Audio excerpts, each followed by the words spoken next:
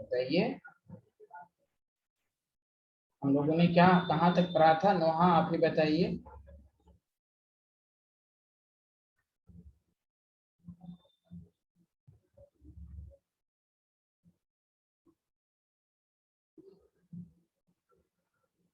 अरे यार, अब कोई बताएं ना, महराज कहाँ तक पढ़े थे? प्लीज बताएं, आवाज नहीं आ रही मेरी।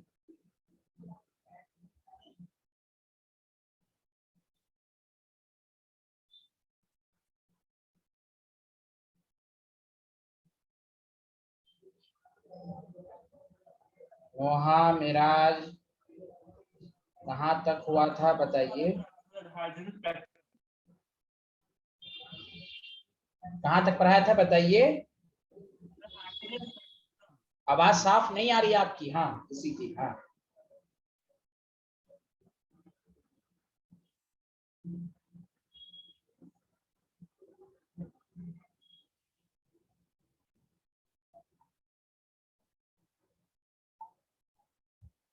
सर हाइड्रोजन स्पेक्ट्रम करा था हमने। नहीं नहीं यार, हाइड्रोजन स्पेक्ट्रम को तब कब का खत्म हो गया, और कुछ आगे पढ़ाई था। नोहा बताइए, हाइड्रोजन स्पेक्ट्रम के आगे हो चुका था शायद। डी ब्रॉगली भी हो गया था, de Broglie. Quantum number start करने वाले थे। नहीं नहीं, डी ब्रॉगली हुआ था ना। Yes sir. ना तो इतना लेट से क्यों बोल रही हैं आप लोग? हाँ, डी ब्रॉगली का फार्मूला लिखा दिया था। चलिए, डी ब्रॉगली के बाद एक थ्योरी लिखिए, उसके बाद दोनों को मिलाकर न्यूमेरिकल करेंगे, फिर हम लोग क्वांटम नंबर शुरू करेंगे। हेजनबर्ग। ये सेकंड चैप्टर ही चल रहा है ना इस बैच में? हाँ हाँ, सेकंड ही अभी चल रहा है ना, इस बैच में सेकंड ही इत्मीनान के साथ ही चल रहा है। Heisenberg uncertainty principle, HUP। जैसे ही मैंने आपको कहा था कि जैसे हम लोग क्वांटम मैकेनिक्स को डील कर रहे हैं, तो बोर मॉडल के अंदर ड्रॉबैक्स या लिमिटेशन यही आई कि बोर मॉडल के मुताबिक इलेक्ट्रॉन का एक डिफिनिट पाथ था। मैं थोड़ा सा रिवीजन करा देता हूँ।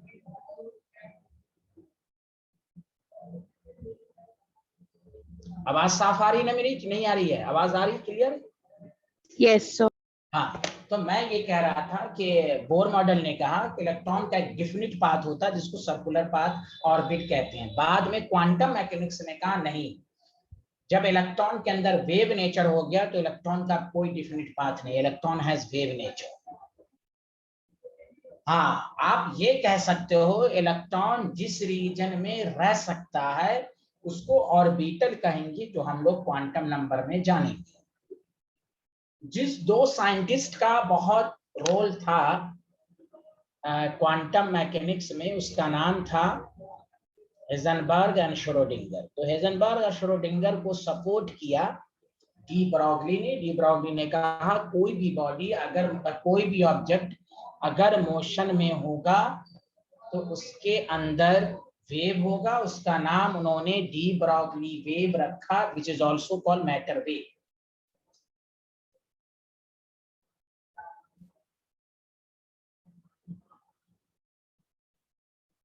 ठीक है, यहां तक बताया था, क्लियर है सबको? Yes sir.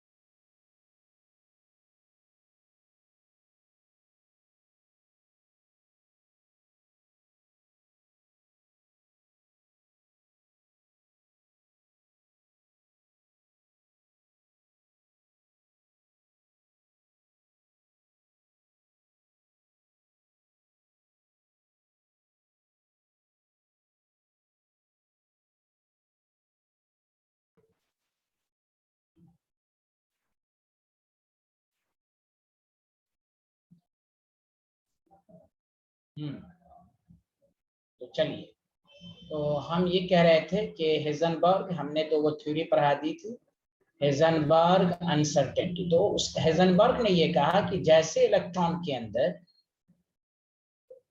वेव नेचर आएगा तो हम उसकी एग्जैक्ट पोजीशन और वेलोसिटी नहीं निकाल सकते। समझ में आ रहा है सबको? आवाज आ रही मेरी? Yes, sir. हाँ, वेरी गुड। तो नीचे लिखे इट इज लिखिए, इन्होंने क्या कहा, लिखिए it is impossible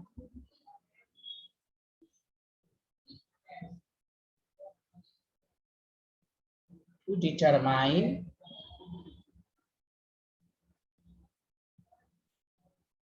exact position and velocity of moving electron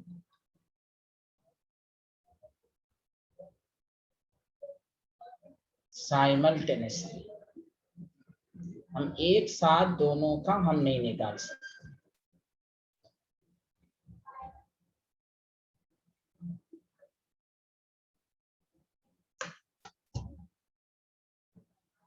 तो उन्होंने एक फार्मूला दिया था, दिस इज द सिंपल। जैसे ही डी ब्रॉगली ने कहा तो इन्होंने कहा कि हाँ, वेव नेचर जब होगा तो हम दोनों एक साथ सही से नहीं बता सकते। क्लियर है? ये डेली लाइफ में भी है कि अगर आप लगातार चल रहे हैं, कोई आपको क्या एग्जैक्ट पोजीशन बताओ, जैसे कोई आदमी उस वक्त बता रहा होगा तो फिर आपकी पोजीशन चेंज हो गई होगी। तो डेली लाइफ में भी है कि हम किसी भी जिसके अंदर वेव नेचर होता है या कोई मूविंग सिस्टम होता है, हम उसकी एग्जैक्ट पोजीशन और वेलोसिटी नहीं निकाल सकते। क्लियर है? हाँ या ना, जल्दी बताएं। लिख लिया ये?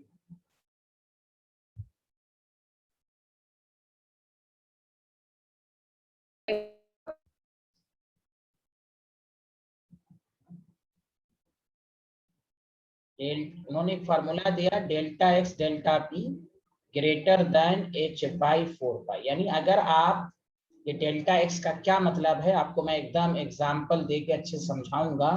तो देखिए, डेल्टा एक्स को उन्होंने कहा अनसर्टेनिटी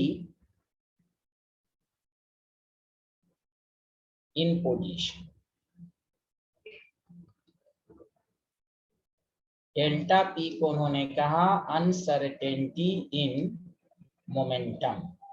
सर मैंने लिखा नहीं सर, पहले वाला स्लाइड आप अच्छा, ओके। आपकी आवाज आस्ते से आ रही है, थोड़ा जोर से बोलिए। सर अब आ रही है? हाँ, अब ठीक है।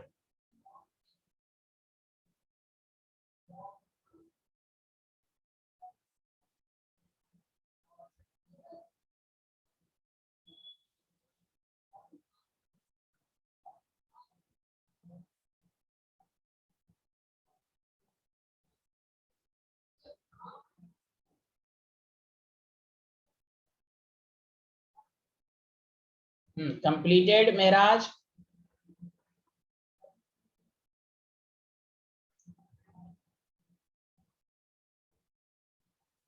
यस सर, कंप्लीट हो गया। चलिए, अनसर्टेनिटी मोमेंटम, इसका मतलब क्या है पहले ये लिख लीजिए, फिर मैं समझाता हूँ।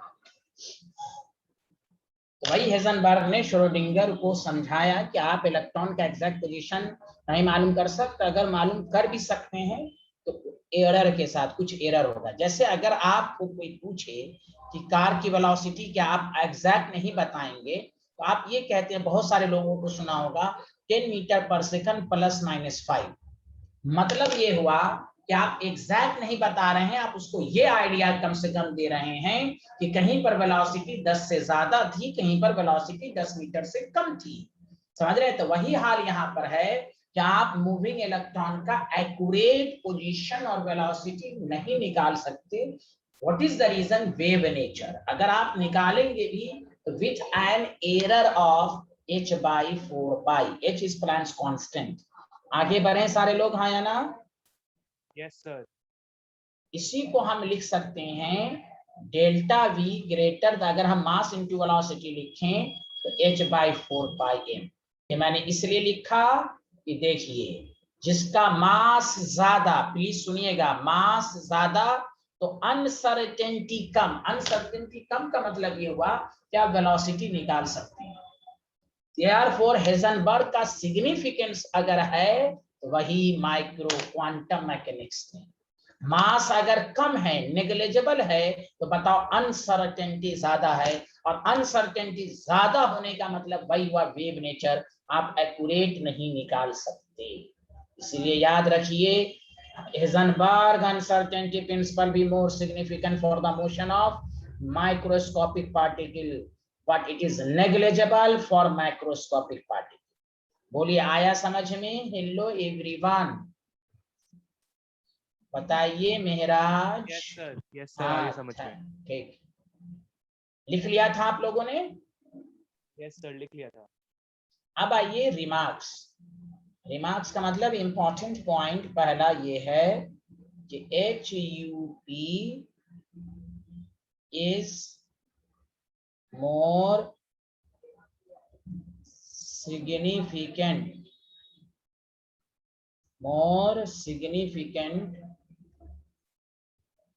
for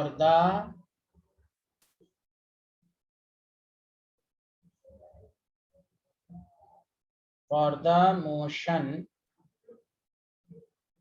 of microscopic particle, जिसमें इलेक्ट्रॉन आता है, but it is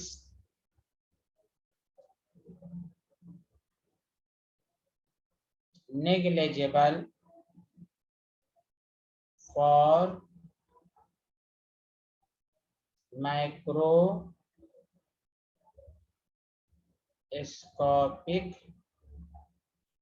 particle। इसी से उन्होंने, देखिए इस हेजनबर्ग से क्या पता चला, जब आप किसी का एग्जैक्ट नहीं बता सकते तो इसलिए रिमार्क्स लिखाया जा रहा है, it rules out the existence of definite path। उन्होंने definite path के कंसेप्ट को रूल आउट कर दिया कि नहीं हो सकता। existence of definite path, जो बोर मॉडल ने कहा था, ऑर्बिट। क्वांटम मैकेनिक्स में ऑर्बिट का कोई कंसेप्ट ही नहीं है ऑफ मूविंग इलेक्ट्रॉन। बताइए नोमा सबिहा को समझ में आया यहां तक?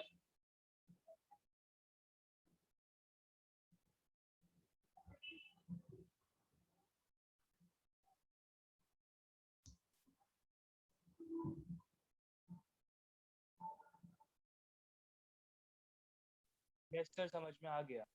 ठीक, very good.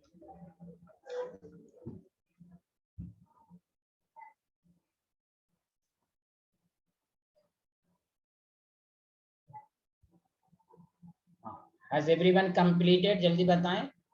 Yes sir, yes sir.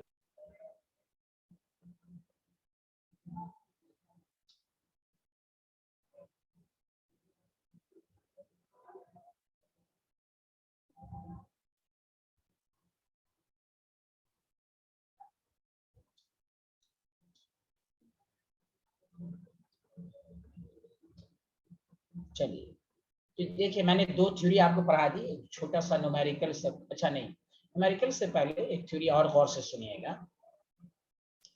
कि relation between de Broglie and Bohr model. गौर से सुनिए, मतलब बोर्स मॉडल ने कहा था ना इलेक्ट्रॉन का एक डिफिनिट पाथ है, तो उन्होंने इस तरह का पाथ दिया। डी ब्रॉगली ने कहा कि भाई मूविंग इलेक्ट्रॉन है, तो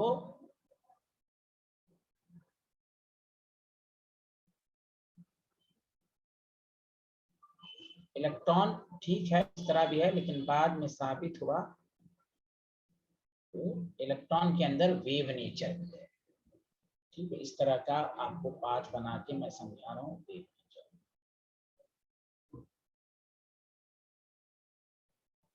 वेव नेचर है।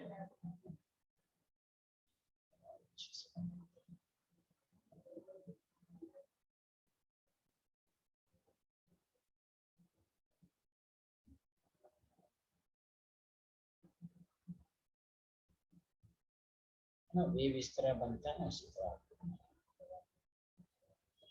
अब बताइए, ये दो कॉन्सिक्यूटिव क्रेस्ट के बीच की डिस्टेंस लेमडा होती है, बोलिए हाँ या ना। दो कॉन्सिक्यूटिव क्रेस्ट के बीच की लेमडा लेमडा। सर ये क्या बनाया आपने, तो ये सर्कुलर पाथ है बोर मॉडल की तरफ से। अब लेकिन बाद में क्या नहीं, इलेक्ट्रॉन एक वेव नेचर के फॉर्म में, वेव के फॉर्म में ट्रेवल करता है। और अब तक साइंटिस्ट को इसी बात की है कि भाई इलेक्ट्रॉन का कोई डिफरेंट पाथ नहीं। अब गौर से सुनिए, लिखिएगा नहीं। बताइए 2 पाई आर को शुड बी 3 लेमडा लिख सकते हैं इस वाले स्ट्रक्चर में? सारे लोग मिलके बोलिएगा हाँ या ना। ये पूरा जो सरकमफेरेंस होगा वो शुड बी 3 लेमडा होगा कि नहीं मेराज? बोलिए, आवाज नहीं आ रही आपकी। Yes sir. हमें जनरल फार्मूला अगर ड्राइव करना हो तो गौर से सुनिए अच्छे से। Electron wave should be in same phase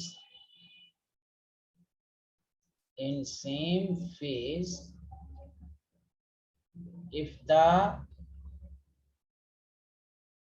length of circumference should be equal to whole integral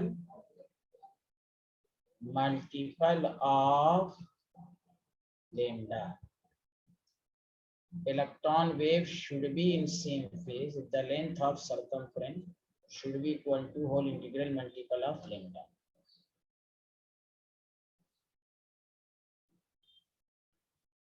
मतलब ये हुआ कि 2 pi r should be equal to n lambda. 3 lambda होगा तो 3 लेमडा, 2 लेमडा होगा तो 2 लेमडा के बराबर होगा, 5 लेमडा होगा तो 5 लेमडा के बराबर। बताइए हाँ या ना, सबको समझ में आया? Hello everyone. यस सर, समझ में आ गया। बहुत अच्छे आदमी, 1 मिनट रुक जाइएगा। तो lambda is equal to 2 pi r n, equation number 1। और प्लांक्स क्वांटम थ्योरी से आप जानते हैं lambda is equal to, sorry de Broglie से जानते हैं lambda is equal to h by mv। तो बताइए फ्रॉम 1 and 2 से दोनों को इक्वेट करेंगे तो 2 पाई आर n, इस पर एक न्यूमेरिकल आएगा h बाई mv। देखिए 2 pi mv r is equal to nh। मतलब ये हुआ कि mvr is equal to nh by 2 pi. जानती हैं ये फार्मूला किसने दिया था? बोर मॉडल में। वेयर n ये क्या है? Angular momentum. क्या है? mvr को क्या कहते हैं जल्दी बताइए? एंगुलर मोमेंटम, नाम सुना है ना? n यहाँ पर आप सुनिए number of orbit, number of shell. लेकिन अब आपके नॉलेज में होना चाहिए according to de Broglie, sorry according to Bohr. और से सुनिएगा अच्छे से, ये फार्मूला दिया था बोर मॉडल में, लेकिन इस फार्मूले को प्रूफ किया डी ब्रॉगली ने। अब बताओ प्रूफ कैसे किया? इलेक्ट्रॉन के अंदर वेव नेचर मानकर कि पार्टिकल नेचर मानकर? तीनों स्टूडेंट मिलके बोले जल्दी से। तो दोनों। हाँ नहीं दोनों तो ही है, यानी ये जो वेव 2 पाई आर जो है वो वेव नेचर मान के किया गया कि नहीं? लेमडा का मतलब वेव नेचर ही तो होता है ना? हाँ, तो एन कोई भी अगर पूछे mvr is equal to nh by 2 pi, n क्या है तो कहिए number of shell according to Bohr. और इसका ये भी मतलब है number of wave according to de Broglie. इसलिए ऑब्जेक्टिव में आ सकता है question, calculate the number of wave in third orbit. Third orbit का मतलब नंबर ऑफ वेव 3 ही होगा। क्यों? n नंबर ऑफ वेव भी है, n नंबर ऑफ शेल भी है। 3 वेव का मतलब 3 लेमडा बनेगा। अगर 4th ऑर्बिट है तो बताइए नंबर ऑफ वेव कितना आएगा? फोर्थ ऑर्बिट में नंबर ऑफ वेव कितना आएगा, जल्दी बताएं। 4, वेरी गुड। 4 वेव का मतलब 4 लैम्डा आएगा। फिफ्थ ऑर्बिट में नंबर ऑफ वेव कितना बनेगा, 5। Very good. ये छोटा छोटा क्वेश्चन आपसे, तो डेरिवेशन आपको प्रैक्टिस नहीं करनी है, लेकिन इससे ये साबित हुआ कि mvr is equal to nh/2 pi जो है, अब आपको नॉलेज रहना चाहिए कि n नंबर ऑफ ऑर्बिट है according to Bohr, but n is also number of wave according to de Broglie. यहां से लिखिए। सबिया खुर्शीद, आप भी कुछ बोल दीजिए, आ रहा समझ में? Yes, sir. Thank you.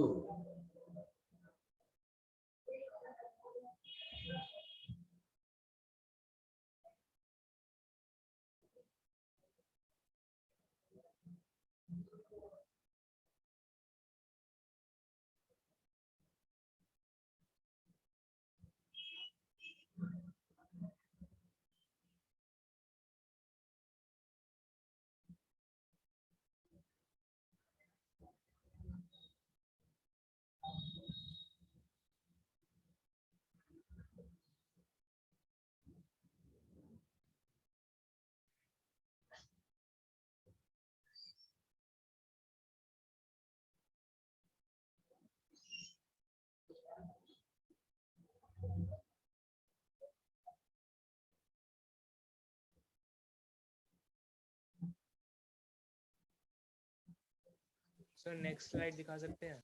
हाँ हाँ, चलते हैं।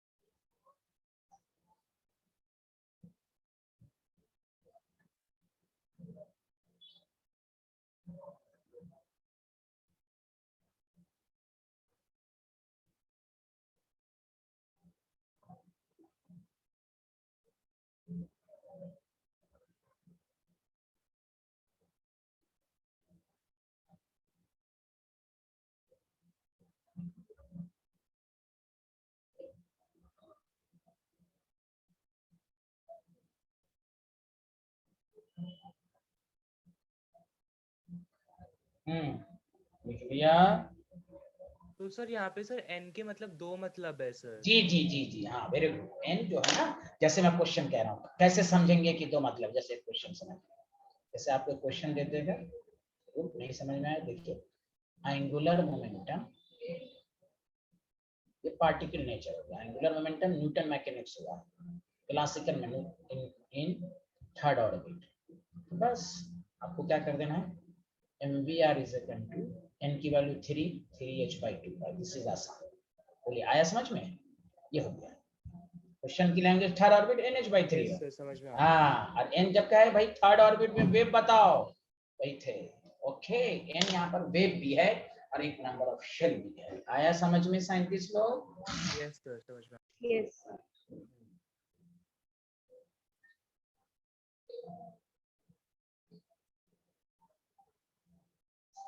नहीं, आपको इसलिए ये सब एलेव है, 12th में फिर आपको बहुत आसानी होगी, इसलिए ये सब पार्ट मजबूत करना है। आगे बढ़े, जल्दी बताइए। आप लोगों को आगे की तैयारी करना है, आप तो आगे भी पढ़ ही रहे हैं, फिर भी वीडियो लेक्चर आप निष्कर्ष सर से लेते रहिए, तभी भी लगे। हमारा आगे यूनिट टेस्ट होने वाला है, सारा रिकॉर्डेड लेक्चर्स मौजूद हैं उनके पास, आप उनसे ले सकते हैं। बाकी पीछे से इत्मीनान के साथ पढ़िए कि जो आपको कंसेप्ट क्लियर हो, आपका 2-2 दफा रिवीजन भी हो जाएगा।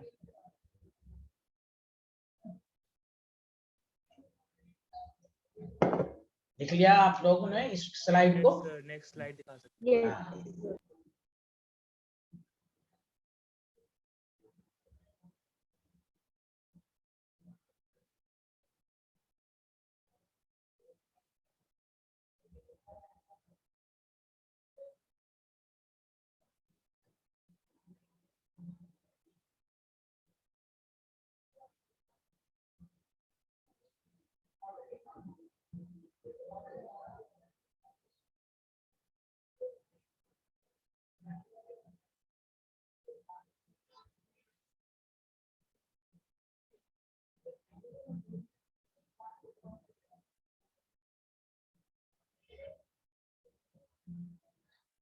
हम्म,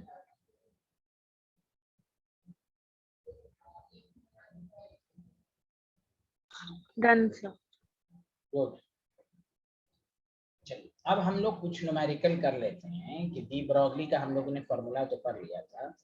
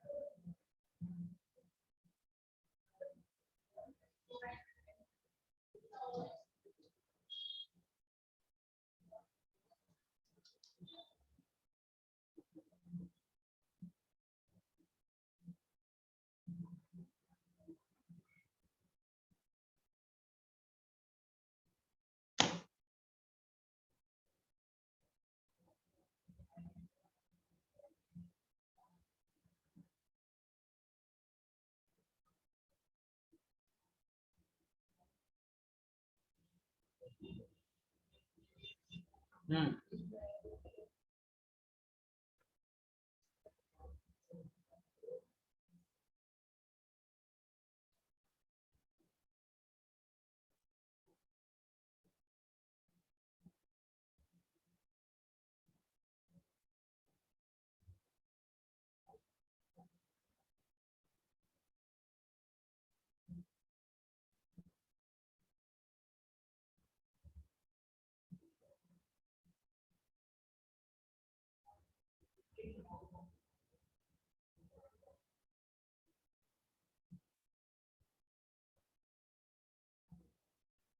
अच्छा एक बात बताइए कि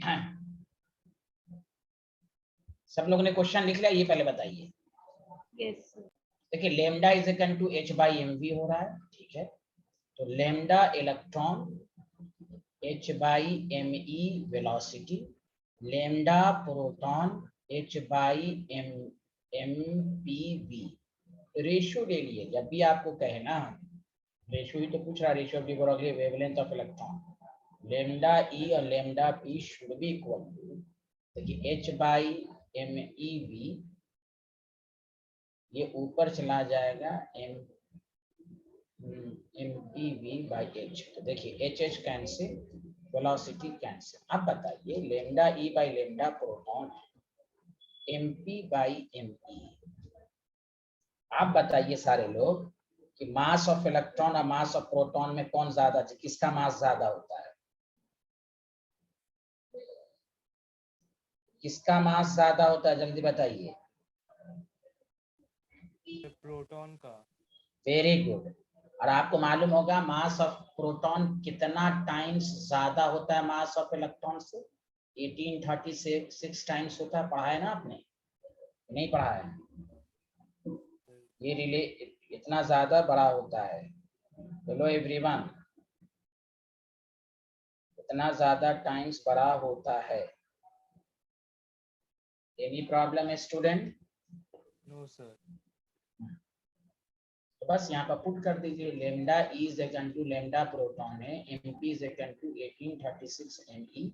एमई जैसे आसान क्वेश्चन है, lambda P by lambda E by lambda P जो हो जाएगा वो 1836 टाइम्स रेशियो 1। आया समझ में? हेलो एवरीवन, यहाँ से लिखिए जल्दी से, फटाफट देखिए, छोटे छोटे क्वेश्चन है, जल्दी लिखिए।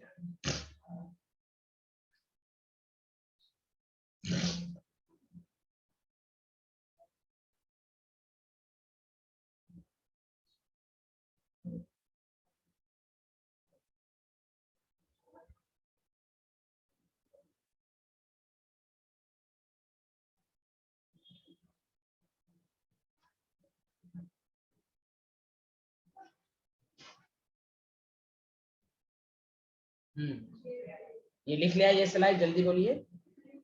नो सर सर 2 मिनट बस। हाँ नहीं, आराम से लिखिए, कोई बात नहीं।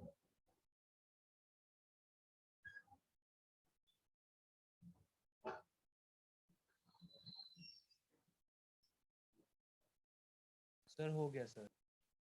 सभी यहाँ सबको समझ में आया ये न्यूमेरिकल?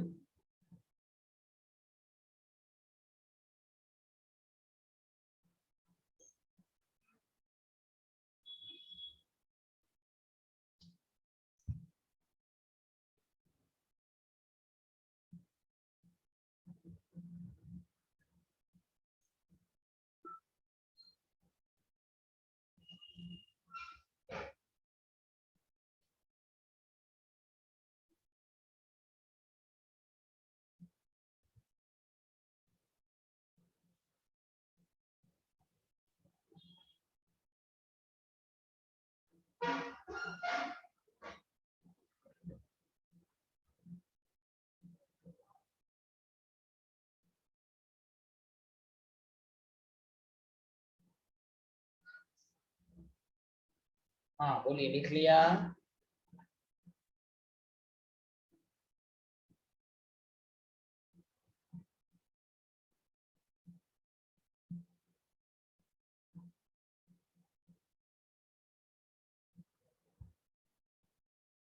सर बस 2 मिनट।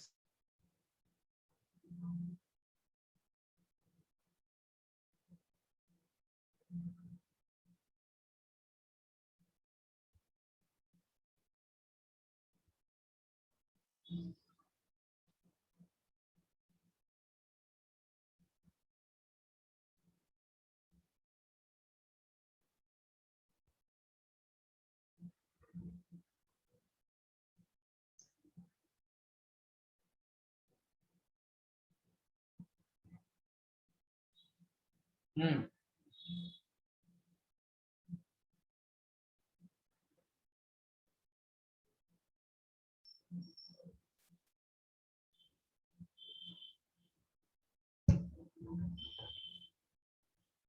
यस सर हो गया।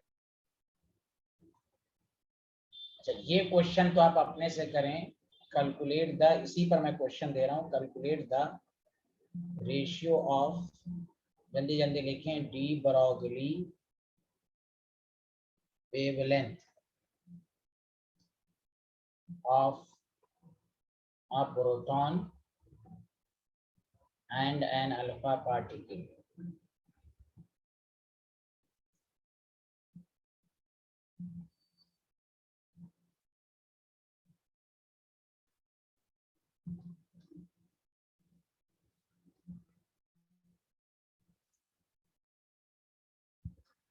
Same velocity.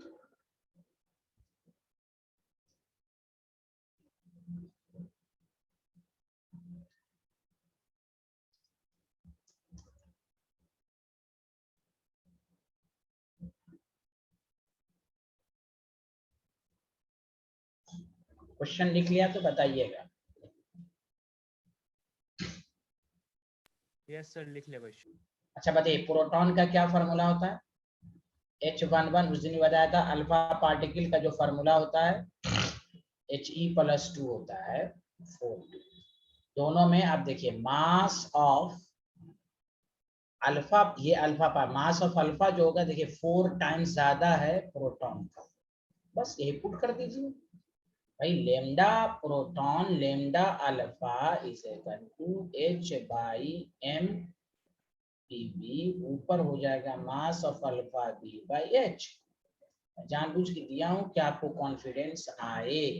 तो lambda P by lambda alpha, mass of alpha 4 time mass of proton है। MP MP MP cancel, so the ratio is 4। बोलिए, आया समझ में? हेलो एवरीवन,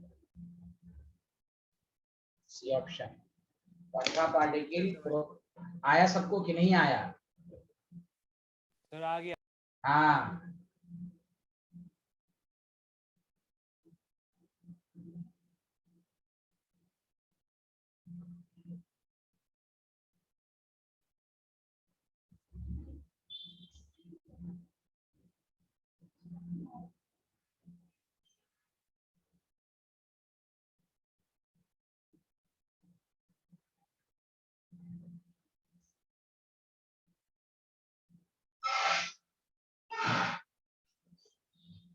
सर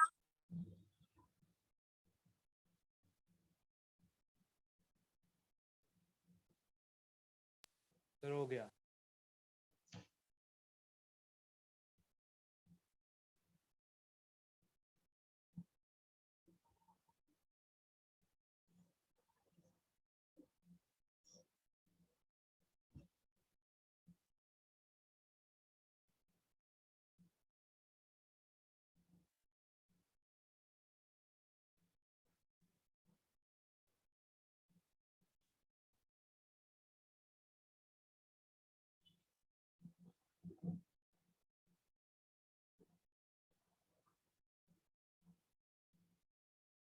हम्म,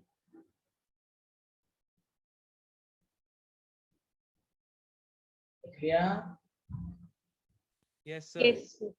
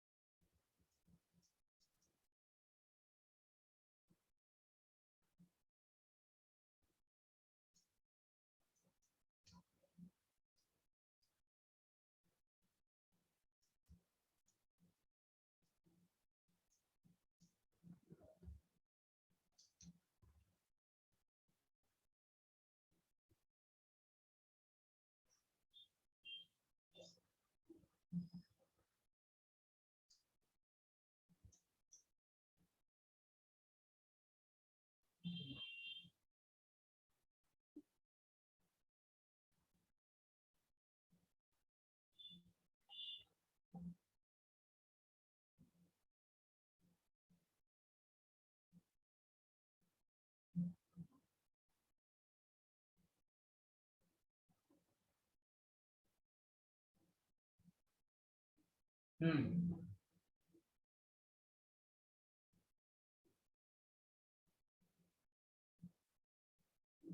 लिख लिया सारे लोग, हाँ या ना?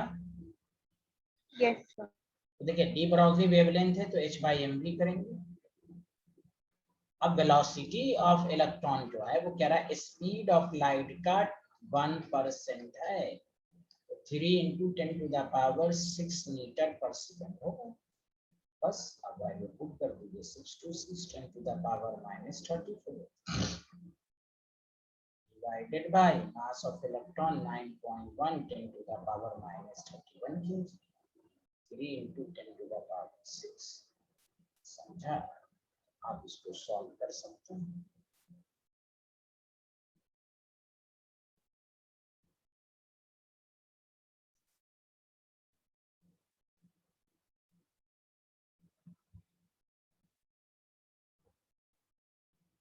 -31 ऊपर जाएगा तो -3 और ये 10⁻⁻9 मीटर, मतलब 2.4 10⁻⁻10 मीटर।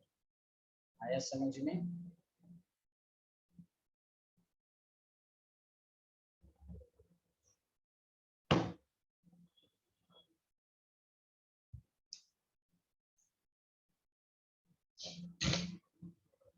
यस सर समझ में आ गया।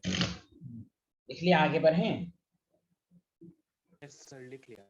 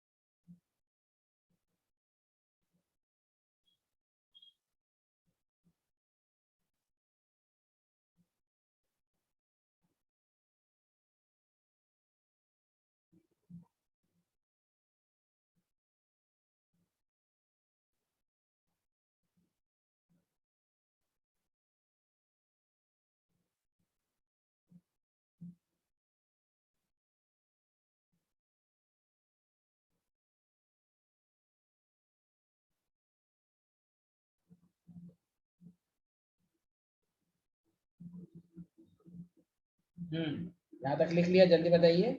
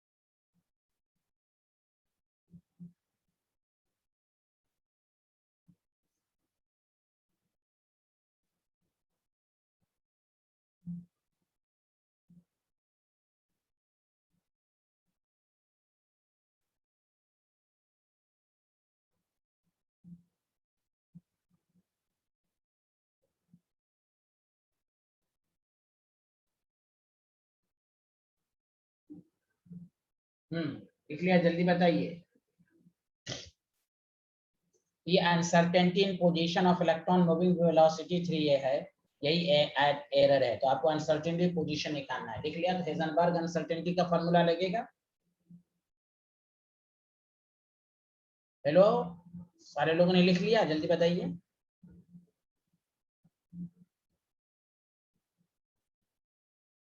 कोई बोल ही नहीं रहे हैं, लिख लिया। यस सर, लिख लिया। Yes sir. आप बताइए, डेल्टा एक्स वेलोसिटी है, delta V should be equal to, जब भी न्यूमेरिकल करेंगे तो इक्वल करके लगाएंगे 4 पाई एम। हमें डेल्टा वेलोसिटी अनसर्टेनिटी वेलोसिटी निकालनी है। 3 at an error of 0.001 by 100 से cancel, 3 into 10 to the power -3। आपको अनसर्टेनिटी इन पोजीशन है, बस कैलकुलेशन करना है। 4 pi M into delta we. तो अब इसकी वैल्यू 6.626 10 टू द पावर -34। थोड़ा कॉम्प्लिकेटेड डेटा है। अब आप क्या कीजिएगा, 9.1 10 to the power -31, 3 into 10 to the power -3, ये आपको आएगा।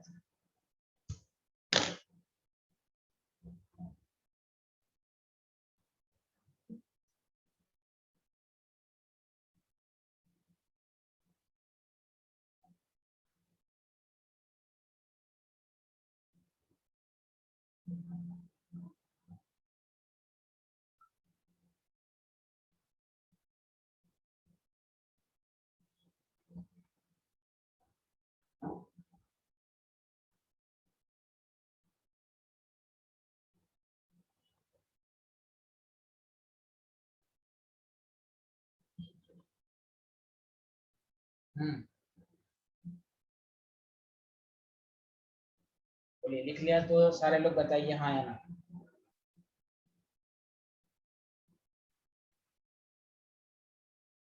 बोले एवरीवन, लिख लिया। नहीं सर, 2 मिनट।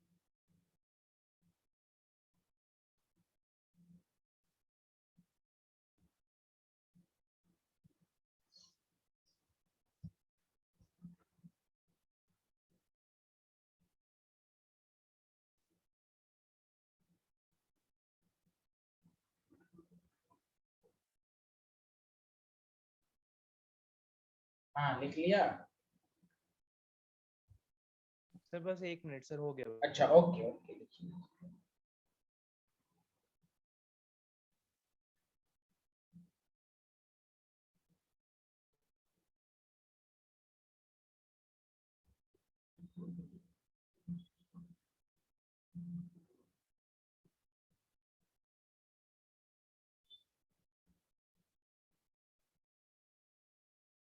सर हो गया। सिर्फ 2 क्वेश्चंस और करेंगे, उसके बाद हम क्वांटम नंबर शुरू करेंगे।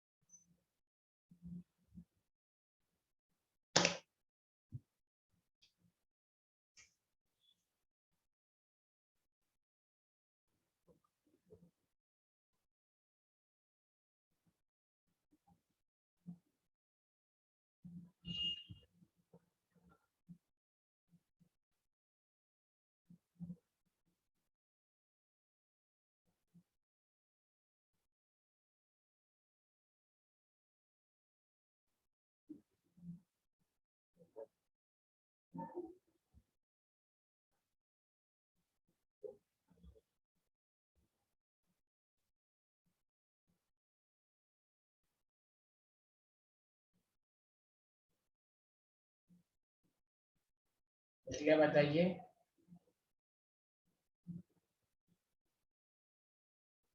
सर हो 2 मिनट रुक जाओ।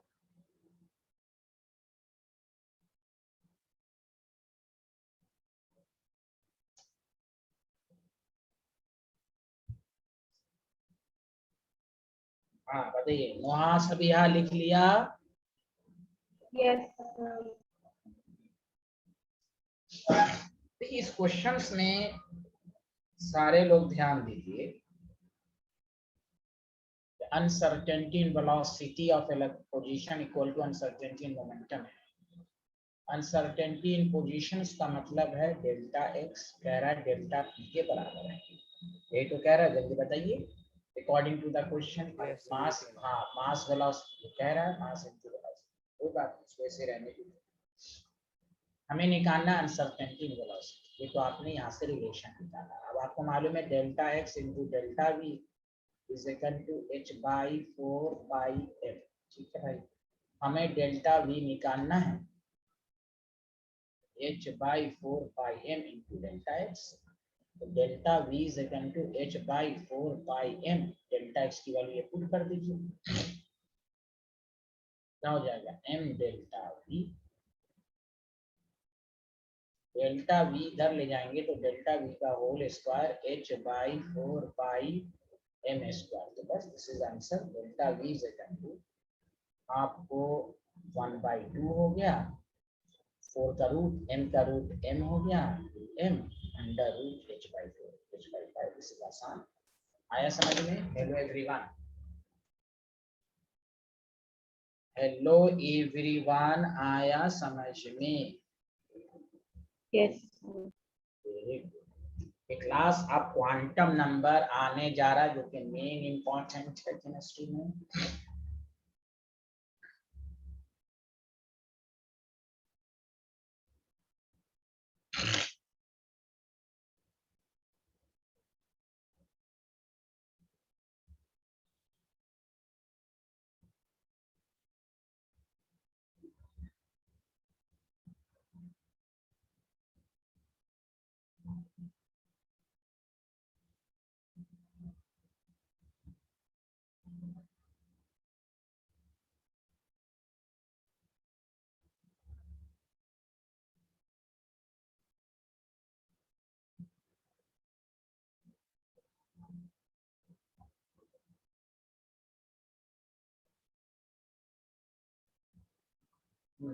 लिख लिया? नहीं सर, 2 मिनट।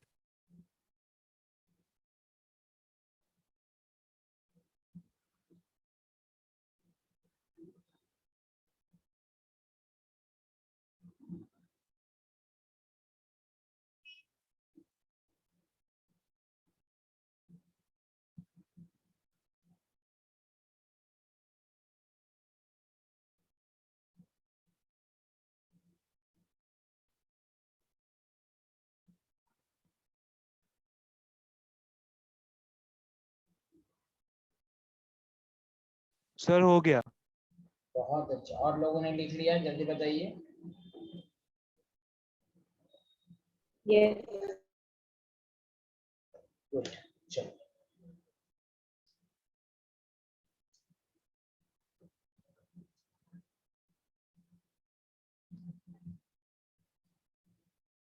देखिए, अब समझिए अच्छे से। हम लोगों ने अब तक पूरी चीज समझने के लिए 1 मिनट में मैं थोड़ा सा रिवीजन करा देता हूँ। देखिए, हम लोगों ने बोर मॉडल की मदद से पढ़ा कि इलेक्ट्रॉन का एक डिफिनिट पाथ होता है विच इज कॉल्ड शेल या ऑर्बिट। बाद में क्वांटम मैकेनिक्स ने ये कहा कि इलेक्ट्रॉन, और अब तक इलेक्ट्रॉन का ही पता नहीं चला था कि इलेक्ट्रॉन का डिफिनिट पाथ क्या है। जैसे ही क्वांटम मैकेनिक्स आया, उसने कहा कि इलेक्ट्रॉन के अंदर वेव नेचर की वजह से इलेक्ट्रॉन का कोई डिफिनिट पाथ नहीं हो सकता। हाँ, आप प्रोबेबिलिटी अप्रोच लगा के ये बोल सकते हैं कि इलेक्ट्रॉन जहाँ रह सकता है उस रीजन और स्पेस को ऑर्बिटल में। खैर, ये हमने आपको पढ़ाया। क्वांटम नंबर क्या होता है, तो वही है क्वांटम नंबर का मतलब ही यही है कि अभी तक देखिए न्यूक्लियस की खोज हो गई, प्रोटॉन न्यूक्लियस के अंदर रहता है, इलेक्ट्रॉन न्यूट्रॉन न्यूक्लियस के अंदर रहता है, बस इलेक्ट्रॉन की एक्यूरेट पोजीशंस क्या है, इन तमाम चीजों को बताने के लिए 4 नंबर की सेट की जरूरत होती है। जिस तरह किसी भी आदमी का एड्रेस बताने से पहले उसका नाम, वो किस स्टेट में रहता है, किस सिटी में रहता है, हाउस नंबर, गली नंबर मालूम होना चाहिए।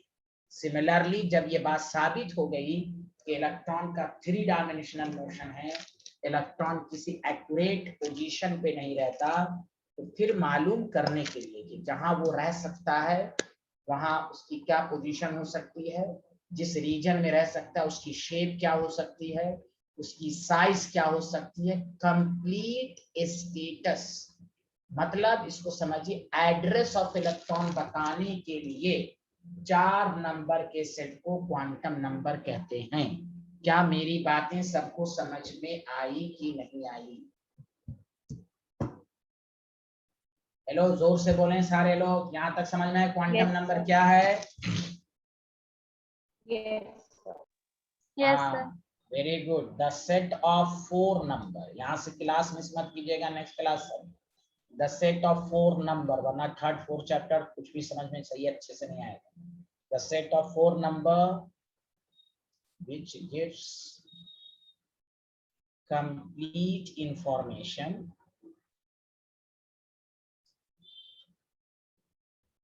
about an electron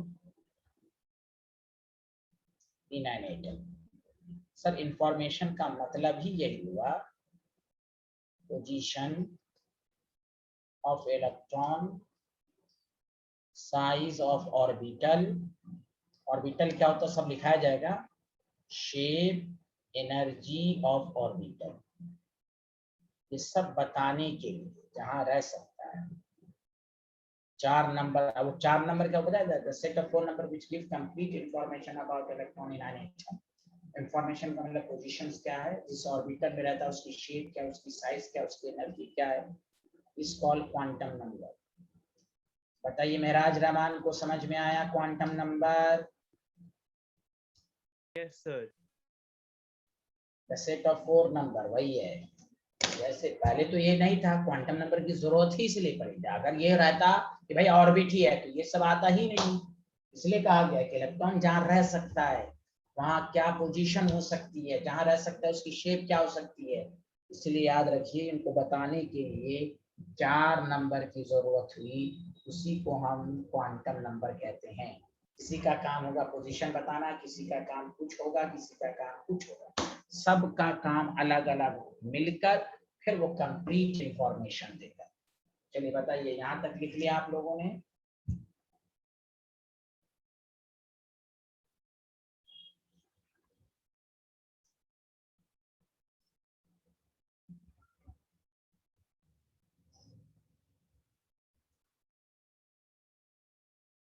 Has everyone completed?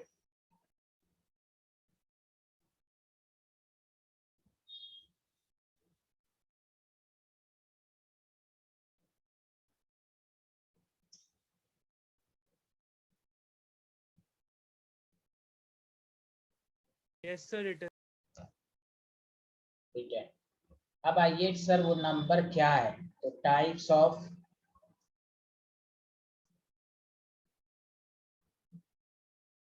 Quantum number में पहला है प्रिंसिपल क्वांटम नंबर।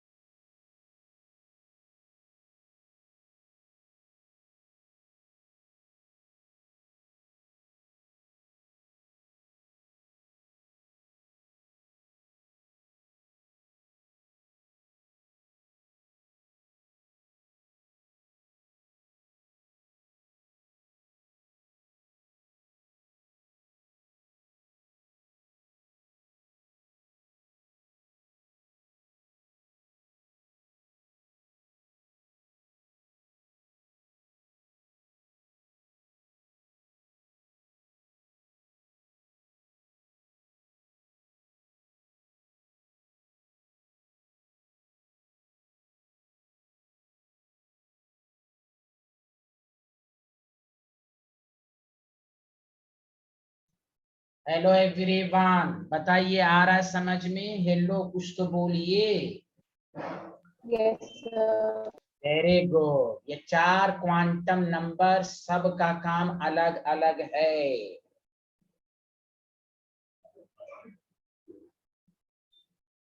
यहाँ से आपको बहुत मजा आएगा पढ़ने में। No numerical, only TTR, tricks to remember. Simple point सब है। यही केमिस्ट्री में पूरी इनऑर्गेनिक केमिस्ट्री को मजबूत, ऑर्गेनिक केमिस्ट्री को मजबूत। ये वाला part chemical bond, periodic table बहुत ही मजबूत होनी चाहिए। लिख लिया सारे लोग? हाँ या ना, जल्दी बताइए। Yes sir. तो यस देखिए, सर। हाँ, अब हम लोग सबसे पहले प्रिंसिपल क्वांटम नंबर पढ़ेंगे। नहीं, प्रिंसिपल क्वांटम नंबर से पहले मेरी आदत है, कुछ बातों को आपको समझा देता हूँ, तो फिर चारों पर आएंगे। देखिए, 2 बातें हमेशा याद रखिए। हम आपको बता चुके हैं कि एटम के अंदर बहुत सारे ऑर्बिट्स हैं। ये उन्होंने कहा था, बोर साहब ने। कुछ तो बोलिए। बोर साहब ने ये कह दिया था, उसका प्रूफ किया था एटॉमिक स्पेक्ट्रम से। जब एटम से लाइट पास कराएंगे तो 7 कलर में डिस्ट्रीब्यूट हो रहा था। वो 7 कलर का मतलब हुआ 7 ऑर्बिट है। बाद में उस दिन आपने जो लिमिटेशन पढ़ा, उससे साबित हुआ कि नहीं, शेल के अंदर भी बहुत सारे सब शेल हैं। और बाद के साइंटिस्ट ने ये भी कहा, नहीं, सब शेल के अंदर भी ऑर्बिटल हैं। तब जाके इलेक्ट्रॉन का पता लगा। शेल के अंदर बहुत सारे सब शेल के अंदर बहुत सारे ऑर्बिटल में इलेक्ट्रॉन। ये सीक्वेंस आपको मेंटेन रहना चाहिए। That the reason. शेल क्या होता है ये आप पढ़ चुके हैं, KLMN 1 2 3। अब गौर से सुनिए, कंसेप्ट ऑफ जो शेल है वही है कि एवरी शेल, गौर से सुनिए, ये प्रूफ हुआ था, ये क्वांटम मैकेनिक्स ने प्रूफ किया। उस दिन भी लिमिटेशन में मैंने बताया था कैसे आया। Every shell contains large number of smaller region, large number of smaller region is called subshell। Subshell. और जानते हैं, जब भी केमिस्ट्री में सबशेल बोला जाए, इधर देखिए सारे लोग, नेम ऑफ सबशेल और उसका शेप। सबशेल को जानते हैं क्या कहते हैं? SPDF। जब भी केमिस्ट्री में SPDF और जी अब तक आया नहीं है, मैक्सिमम 4 हैं। जी आगे आ सकता है, अगर एलिमेंट जो भी आएगा पीरियोडिक टेबल में आप पढ़ेंगे, F तक ही है। जब भी आप जैसे KLMN आप लिखते हैं तो आप शेल समझते हैं। जब भी SPDF लिखा जाए आप केमिस्ट्री में तो सब शेल होगा। अरे कुछ तो बोलिए, हाँ या ना। स्फेरिकल शेप होता है। हेलो मेहराज रहमान, और लोग बोले समझ में आ रहा है? हेलो। यस ये सर, समझ रफली, में आ रहा है। हाँ ये यस रफली सर। है। और अच्छे से बाद में भी आएगा। ई का शेप डम्बल होता है, बाद में 3D व्यूज में बनाया जाएगा। ये सब 3 डायमेंशनल होता है। डबल डम्बल, डबल डम्बल, ये सब सिखाया जाएगा भाई। ये तो अभी मैंने कुछ क्वांटम नंबर। F का शेप अब तक नहीं आया, कॉम्प्लिकेटेड शेप, तो G का भी नहीं आया है। तो जब भी SPDF लिखा जाए तो आप क्या समझेंगे? बोलिए, शेल या सब शेल? SPDF लिखा जाए तो क्या समझेंगे? Subshell. बहुत अच्छे, बहुत अच्छे। लिखिए ये वाला स्लाइड और ये सीक्वेंस याद रखिएगा कि कोर मॉडल तक था कि एटम के अंदर सिर्फ शेल ही होते हैं। क्वांटम मैकेनिक्स से ये साबित हुआ, नहीं, शेल के अंदर भी सब शेल है, सब शेल के अंदर भी ऑर्बिटल है। अब तक था कि इलेक्ट्रॉन सिर्फ ऑर्बिट में ही होता है, बाद में नहीं, ऑर्बिट के अलावा। इसलिए ना, अब तक जो साइंटिस्ट की पूरी कोशिश यही थी, पोजीशन ऑफ इलेक्ट्रॉन मालूम करने। चलिए लिख लिया। Hello everyone.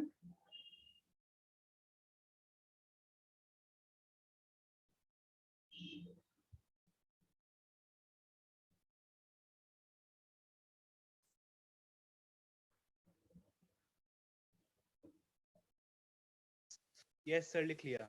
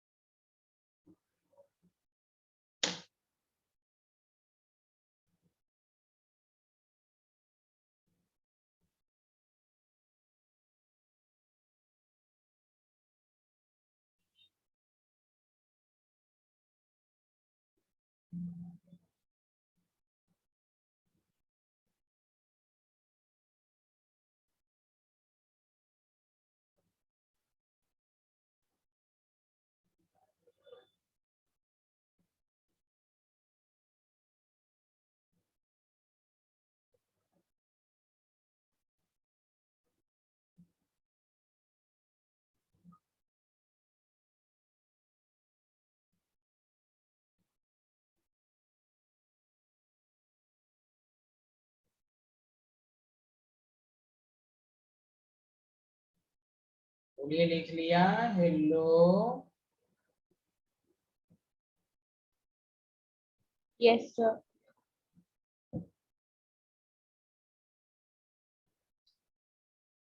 अब आइए, पूरा डिटेल बात क्वांटम नंबर में आएगा। ये थोड़ा सा और अच्छे से समझने के लिए सब चीज मैं बता रहा हूँ पहले थोड़ा। अब आइए कंसेप्ट और ऑर्बिटल। मैंने वही कहा, इसी पर खोज, इलेक्ट्रॉन जिस रीजन में रह सकता है।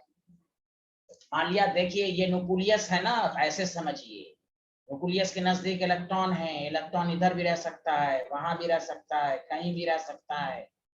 जहां मैक्सिमम रहने की टेंडेंसी है उस रीजन को ऑर्बिटल। आप कभी भी ऑर्बिटल कहे तो आपकी माइंड में इमेज बन जानी चाहिए, द थ्री डायमेंशनल रीजन और space around the nucleus. Even के इंफिनिटी तक इलेक्ट्रॉन माइनस इंफिनिटी से प्लस इंफिनिटी तक रह सकता है। जहां पर मैक्सिमम रहने की टेंडेंसी, मान लीजिए यहाँ पर ज्यादा डॉटेड में बना रहा हूं, इलेक्ट्रॉन इधर भी है, इधर भी है, हर तरफ है। जहां मैक्सिमम टेंडेंसी रहने की है उस रीजन और स्पेस को उन्होंने नाम दिया वेव मैकेनिकल मॉडल ने ऑर्बिटल। ऑर्बिटल आगे बढ़ेगा। Orbital is the wave functions, the three dimensional region or space around the nucleus where the probability word आया, why? Because wave nature, definite path का existence खत्म, where the probability of finding of electron is maximum is called orbital. कोई अगर पूछे electron कहाँ रहता है, जब ऑर्बिट नहीं है तो कहाँ, कहीं तो रहता हो, कहिए हाँ, जहां रहता होगा उस रीजन को ऑर्बिटल क्या। ऑर्बिटल क्या है, उसकी शेप कुछ भी हो सकती है, वो रीजन कुछ भी हो सकता है, डंबल हो सकता है, डबल डंबल हो सकता है, स्फेरिकल हो सकता है, कुछ भी हो सकता है। Did you understand everyone? Yes, sir. Yes sir. अरे बोले ना Mehraj Rahman, the three dimensional yes sir, समझ में आ गया। रीजन और space around the nucleus where the probability of finding of electron is maximum is called orbital। तो ये जानबूझ के मैंने बता दिया कि जब भी कोई ऑर्बिटल आप ये लेक्चर के दौरान आए तो आपके माइंड में ये आना चाहिए, the three dimensional region is around the where the probability of finding electron is maximum is called orbital।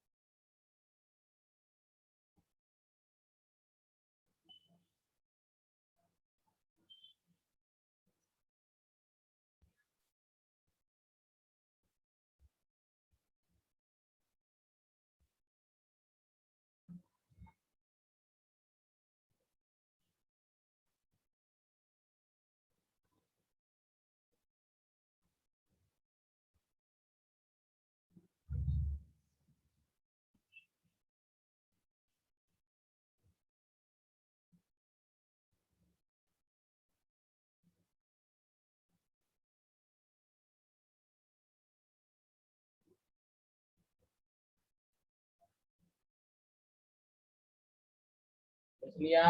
Hello everyone.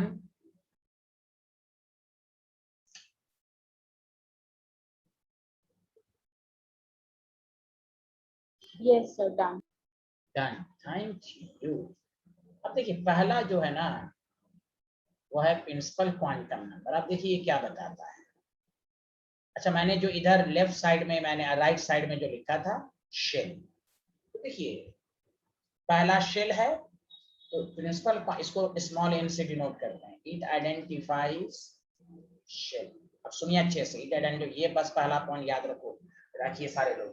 तो बताइए प्रिंसिपल क्वांटम नंबर किसको आइडेंटिफाई किया, किसको आइडेंटिफाई किया, जल्दी बताइए। इलेक्ट्रॉन, अरे बोलिए ना, principal quantum number identifies sir shell. Shell को। अब सुनिए, ध्यान दीजिएगा, एक मिनट। शेल के अंदर क्या होता है, जल्दी बताओ। अभी मैंने बताया शेल के अंदर क्या होता है, सब शेल। बहुत अच्छे। सब शेल के अंदर क्या होता है, ऑर्बिटल, है ना। ऑर्बिटल।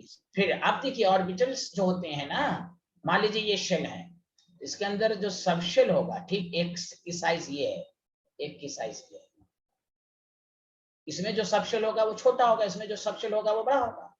तो देखिए प्रिंसिपल क्वांटम नंबर शेल पहला याद रखिए, बाकी सारी बात इसी से निकालिए।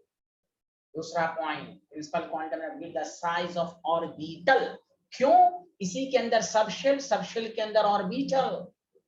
साइज जितना बड़ा होगा, तो शेल की साइज अगर बड़ी है, उसके अंदर सब शेल और ऑर्बिटल की भी साइज बड़ी है।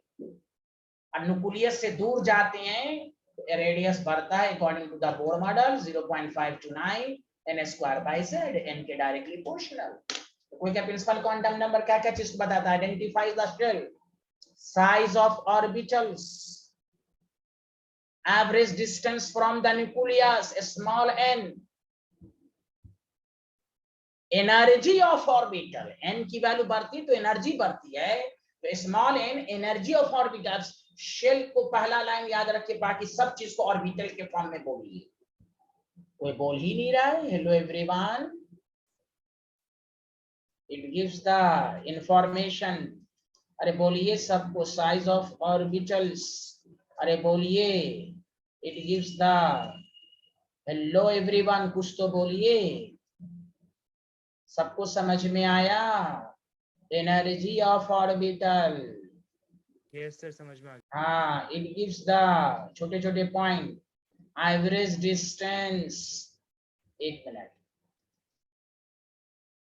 यहाँ देखिए एन की वैल्यू बढ़ी, तो याद रखिए साइज ऑफ रेडियस बढ़ा, आर बढ़ा, तो जब आर बढ़ा तो साइज ऑफ ऑर्बिटल भी बढ़ा, याद रखिए। तो याद रखिए n is equal to 1, n is equal to 2, तो 2 में जो ऑर्बिटल होगा उसकी साइज ज्यादा होगी। अरे बोलिए हेलो एवरीवन,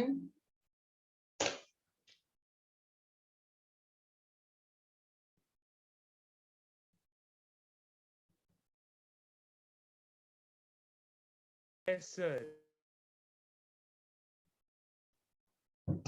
चलो okay, bye bye, thank you, next class में मुलाकात होगी, thank you. Thank you sir. Thank you, sir. Thank you everyone.